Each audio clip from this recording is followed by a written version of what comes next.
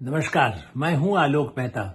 एटरसाई में आपका स्वागत है। हमारा अनुरोध है कि आप एटरसाई देखें, लाइक करें, सब्सक्राइब करें, मित्रों को, ग्रुप्स को फॉरवर्ड करें और उनसे भी आग्रह करें कि वे भी सब्सक्राइब करें ताकि अधिकाधिक दर्शकों तक हमारी बात पहुंच सके और उनकी राय, आपकी राय कमेंट्स के रूप में भी हमको मिल सके। हमेशा उसका स्वागत है। हम तो स्वागत करते हैं, लेकिन बिहार में कौन किसका स्वागत करेगा? ओएसिस AIMIM के प्रमुख असदुद्दीन ओवैसी हैदराबाद में गरजा है। उन्होंने कहा है कि भाई देखो, गुलाम मत समझो हमको। कांग्रेस के लिए भी कहा और आरजेडी के लिए भी कहा। चुनाव है, गठबंधन हमने करने की अपील किया, उसके बाद भी आंखें तरेर रहे हैं आरजेडी के तेजस्वी यादव। लालू यादव तो लालू यादव, वो भी तो भाई ये मोहब्बत है या दुश्मनी? उनका कहना है कि दोनों नहीं चल सकता है। मोहब्बत कर रहे हैं आप या लड़ना चाहते हैं? एक तरफ गठबंधन की बीजेपी के खिलाफ हमको लड़ना है, कांग्रेस भी यही राग अलापती है और राग अलापती है आरजेडी, तो ठेका ही मानते हैं कि यादव मुस्लिम बस वोट बैंक है, बस उसके बल पर हम जीतेंगे। ओवैसी ने, उनकी पार्टी पिछली बार 2020 में 5 सीटें जीती, ठीक ठाक सीटें थी, लेकिन क्या हुआ? आरजेडी, लालू यादव के पास तो अपार अपार अपार अपार अपार संपत्ति है। उनकी पार्टी आरजेडी के पास तो कोई कमी है नहीं। सत्ता में भी बीच में आई गए थे, फिर से तेजस्वी यादव मुख्यमंत्री, तो उन सबको उन्होंने आरजेडी में मिला दिया। राष्ट्रीय जनता दल बदल के विरुद्ध अभियान चलाने वाले जयप्रकाश नारायण के जमाने से जो राजनीति में जिसके लिए आना चाहते थे, उन्होंने मुस्लिम वोट के लिए मुस्लिम की पार्टी को भी निगल लिया बिहार में। फिर भी ओवैसी ने अपील की कि चलिए, बीजेपी बहुत स्ट्रांग हो गई है, इस बार 2020 से भी ज्यादा स्ट्रांग है। प्रधानमंत्री नरेंद्र मोदी तीसरी बार आ गए हैं। सिंदूर ऑपरेशन में भी ओवैसी ने बहुत अच्छा स्टैंड लिया राष्ट्र के। हम तो देश के लिए सोचते हैं, हम ऐसा नहीं है। सीमांचल क्षेत्र है, सीमा का है। बिहार में मुस्लिम आबादी कम नहीं है, 14.2%, 14.2% तो कम से कम जिसको कह सकते हैं कि है। वैसे तो उससे ज्यादा बढ़ चुकी होगी। बताते हैं कि उसके बीच में तो 24%, जो पहले के हिसाब से उसकी आबादी बढ़ती गई है। वो पुराना रिकॉर्ड 14% कहता है। लोग कहते हैं कि साहब वो तो इतने बढ़ चुकी, 2011 में हुई थी जनगणना, हाल में धीरे धीरे बढ़कर के 24% की वृद्धि हुई है। वो 24% ये भी हो सकता है कि उसी 14% में 24% है या 24% पूरी हो गई। इसीलिए तो हो रहा है ना। इलेक्शन कमीशन ये भी देख रहा है कि भाई उसमें अपने मतदाता हैं, नाम बढ़ा दिया है। वैसे ही एक में 10 नाम लिख दिए हैं, या बांग्लादेशी तो नहीं है, कोई और विदेशी तो नहीं है। वो विवाद का विषय है। वो देरी से उन्होंने प्रक्रिया शुरू की, उसकी तो सब आलोचना कर रहे हैं। पूर्व चुनाव आयुक्त रावत, जो बहुत ही लिबरल और बहुत ही उन्हें एक तरह से निष्पक्ष हैं, उन्होंने भी कहा कि देर से करना, इससे ज्यादा गलतफहमी पैदा होती है।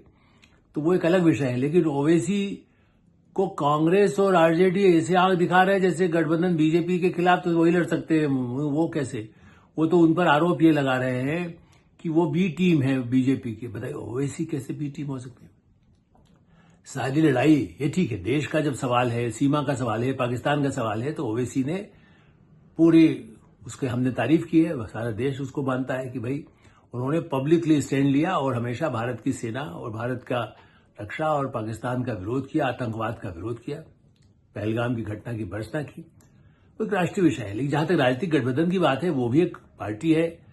वो भाई, आप तो हिंदू महासभा नहीं है, लेकिन मान लीजिए मुस्लिम के मुस्लिम लीग अभी भी है केरल में, तो उसके साथ कांग्रेस गठबंधन है। यहां अब कांग्रेस भी उनको गुलाम की तरह पहले तो आरजेडी ने कहा कि तुम चुनाव क्यों लड़ते हो मिस्टर ओवैसी। हम ऐसे डायरेक्ट नहीं कहा, लेकिन पब्लिक में मैसेज क्या गया? आरजेडी ने ओपनली तेजस्वी यादव ने और अपने उन लोगों के थ्रू कहला दिया कि भाई देखिए, आप चुनाव मत लड़िए, हम यदि आप बीजेपी को हम हराएंगे। इनका कहना है कि उस एरिया में खास करके आप देखिए, अररिया, पूर्णिया, किशनगंज, पटना, भागलपुर, कई ऐसे इलाके हैं जहां बहुल मुस्लिम भी काफी वोट का बड़ा ही निर्णायक परिणाम है और इसीलिए 5 सीटों पर पिछली बार उनकी विजय भी हुई थी। तो कांग्रेस एक तरफ गठबंधन की बात करती, कई बार ओवैसी के साथ खड़े रहे राहुल गांधी, सोनिया गांधी, उनके बड़े बड़े नेता बार बार, और जब उनको मुस्लिम वोट चाहिए तेलंगाना में उनको मोहब्बत लगती है कि साथ दीजिए हमारा, जबकि वहां भी ओवैसी का अपना प्रभाव रहा है, उनके परिवार का ज्यादा। ओवैसी को देश भर में उनका कोई प्रभाव, मुस्लिम देखिए अब उस नाम पर वोट लेने के जमाना चला गया, जो कांग्रेस हो चाहे आरजेडी हो चाहे ओवैसी की पार्टी है हो। अब देखिए वो सब बदल चुका है जमाना। अब जो है लोग मतदाता अपना हित ज्यादा देखते हैं, और इस दृष्टि से उनका ये कहना है कि भाई देखिए ये गठबंधन जो है वो एक तरफा जो है मोहब्बत नहीं होगी। आप हमसे तो चाहते हैं हम यहाँ सहयोग कर दें, हैदराबाद में, तेलंगाना में और सब जगह कर दें, आंध्रा में कर दें, और जगह हम कर दें, आपका साथ दें। आप कहें कि आप अपनी पार्टी को बिहार की तरफ मत घुसने दीजिए, मुंह मत दिखाइए इधर। वहां जबकि लोग उनको चाहने वाले हैं, वो मुस्लिमों की आवाज उठाते हैं। अब उसकी तरफ वोट किधर जाता है, उसमें हिंदू वोट भी मिलते होंगे, उनका दावा तो ये है। और ऐसे ही बीजेपी का है कि भाई मुस्लिम वोट अब उसको मिलने लगे हैं, कांग्रेस का ठेका अब खत्म हो गया है। उन्होंने भी अपनी कोशिश बराबर बना रखी है, और जनता दल यू का तो अपना है ही मुस्लिम वोट, उनका भी इसीलिए तो जनता दल यू आज भी बीजेपी के साथ है कि उसका अपना मुस्लिमों के बीच में भी, उसके अल्पसंख्यकों के बीच में उनके लिए बहुत काम किया नीतीश कुमार ने। असली झगड़ का कांग्रेस का समय था, तारिक अनवर वहां के अध्यक्ष थे। आज भी तारिक अनवर राष्ट्रीय स्तर पर कांग्रेस पार्टी के साथ ही बीच में चले गए थे एनसीपी के पास।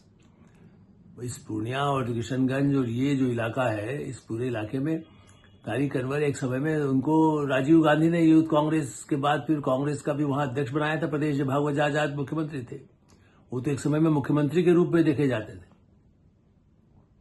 क्योंकि अब्दुल गफूर एक मुस्लिम मुख्यमंत्री, बहुत ही ऐसे उत्तर भारत के राज्यों में कमी हुए हैं जिनमें वो मुख्यमंत्री हुए हैं बिहार में।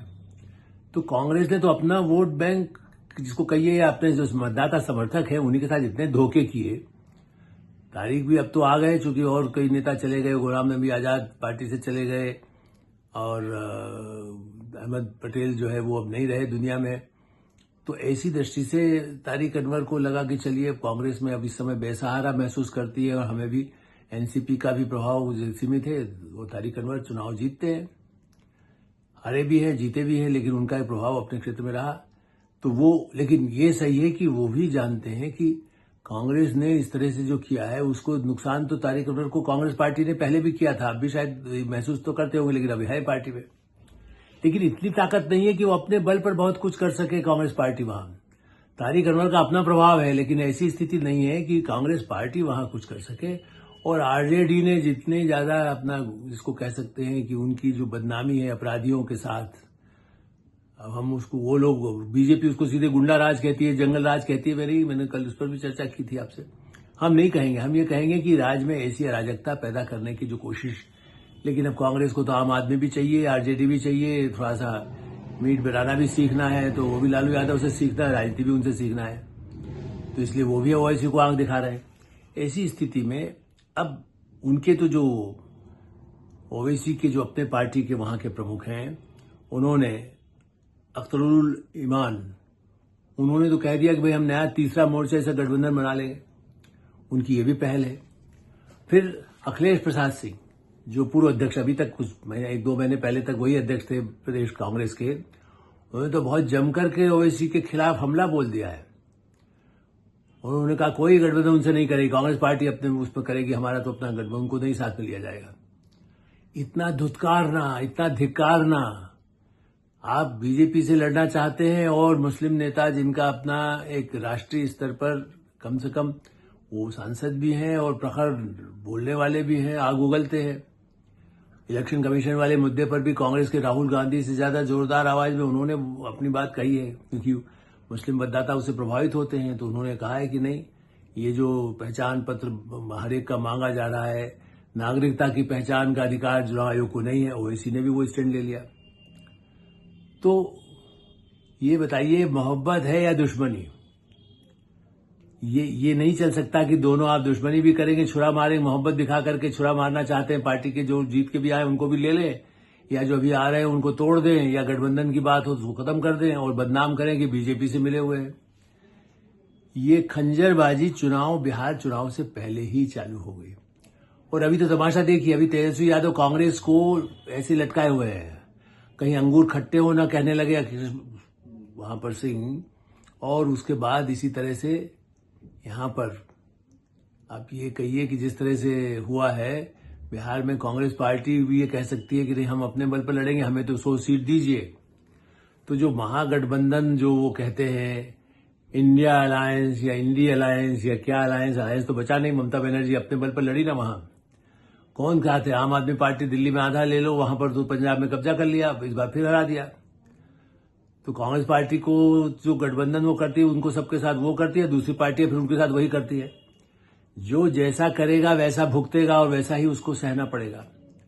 राहुल गांधी अपने चातुर्य चालाकी जिसको कह सकते हैं, और चालाकी नहीं बहुत ही, उनके सलाहकार तो उससे भी गए भी थे। गुलाम नबी आजाद जैसे नेता को उन्होंने अलग कर दिया।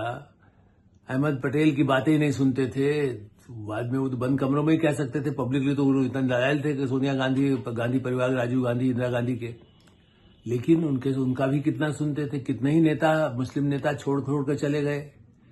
बिहार में, मध्य प्रदेश में, राजस्थान में जो ऐसे लोग हो सकते थे जिन्हें समझ में आ गया कि धोखा देते हैं, नेता कुछ कहते हैं, नेतृत्व तो कुछ कहता है, नीचे के सलाहकार वो भड़क देते हैं। कर्नाटक में भी अल्पसंख्यक खुश थोड़ी है पूरी तरह से, वहां और अराजकता हो रही है, ठेकों को लेके, झगड़ों को लेके, मुख्यमंत्री उपमुख्यमंत्री रोज तय नहीं होता है कौन मुख्यमंत्री रहेगा। ऐसे हालत में इस गठबंधन बिहार में जहां आधार बिल्कुल खत्म हो गया, वहां पर कांग्रेस आंखें दिखा रही, आरजेडी लालू यादव वो आंख दिखा रहे, और इसीलिए जो अच्छे वहां के पत्रकार हैं, संपादक हैं, वो ये बार बार ये कह रहे हैं कि देखिए इस समय आरजेडी तेजस्वी यादव को ही कहीं मुश्किल न पड़ जाए, जैसे पिछले चुनाव में कई लोग लोकसभा चुनाव में खास करके उनके परिवार के सदस्य हारे हैं, कहीं ऐसा ना हो कि वो खुद तेजस्वी ही चुनाव हार जाए। यहां तक की आशंका, मतलब उसके जोर तो लगाएंगे, चूंकि धन बल बाहुबल और बोलने में है तेजस्वी, लेकिन तेज प्रताप यादव कितना अभी सेंध लगाएंगे, परिवार का भाई विभीषण बनकर के खड़ा हो गया है, तो लंका में कितनी आग लगाएंगे ये तो अभी देखने की बात है। और इसलिए आने वाला समय इस गठबंधन के, जैसे कहते हैं रस्सी कहीं इधर से टूटी, कहीं उधर से टूटी, कहीं जंजीर इधर से टूटी, कहीं जंजीर उधर से टूटी, तो गठ होगा, बंधन होगा कि मिलन होगा या टकराव होगा, न किसी से दोस्ती न किसी से दुश्मनी, वो करने वाले लोग अलग हैं। प्रशांत किशोर कोशिश में है कि कहीं किसी का सबका पलड़ा वो हो तो मैं कहीं ना कहीं मेरी जगह बन जाए, लेकिन वो अभी नए खिलाड़ी हैं। पैदल यात्रा करने से होता तो बहुत सारे लोग डॉक्टर अंबेडकर चुनाव नहीं हारते, वो तो संविधान बनाया था उन्होंने। कई बड़े बड़े नेता, जेबी कृपलानी को कहिए, कितने ही नेता हैं जो चुनाव हार गए उस समय आजादी के बाद, जिनका बड़ा बड़ा कंट्रीब्यूशन था। इसलिए प्रशांत किशोर ये ना समझें कि उसके बल पर जीत सकते हैं। स्थिति बहुत ही चुनौतीपूर्ण होगी बिहार विधानसभा का चुनाव, और इसलिए गठबंधन के अभी से लक्षण तो अच्छे नजर नहीं आ रहे। बहरहाल बिहार का चुनाव शांतिपूर्ण हो, यही हमारी कामना है। HSI में ही विराम देते हैं। आप HSI देखते रहें, लाइक करें, सब्सक्राइब करें, मित्रों को उसको फॉरवर्ड करें, और आपकी कोई राय हो तो उससे हमें अवश्य अवगत कराएं। धन्यवाद, नमस्कार।